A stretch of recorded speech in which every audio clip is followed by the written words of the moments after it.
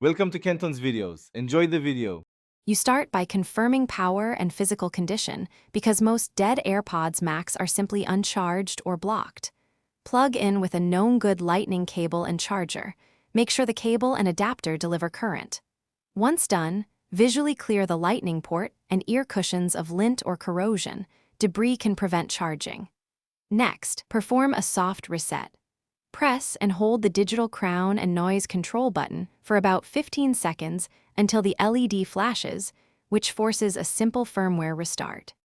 Now you move into diagnosis to distinguish battery, charging, or firmware failure. Try multiple power sources, wall outlet, computer USB port, or power bank to rule out adapters and cables. Inconsistent current often causes dead symptoms. Pay attention to the LED. Steady amber usually means charging, green means full, and repeating flashes suggest pairing or firmware states. Once you get any response, connect to another iPhone or Mac to force a firmware update. Updating often resolves software-caused blackouts. Finish by performing a factory reset to clear persistent software faults.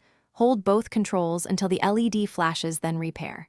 If the headphones remain unresponsive, inspect carefully for battery swelling or corroded lightning contacts. You should stop and avoid charging if you see damage because that's a safety risk. If no simple fix works, you'll need a battery module replacement or professional service.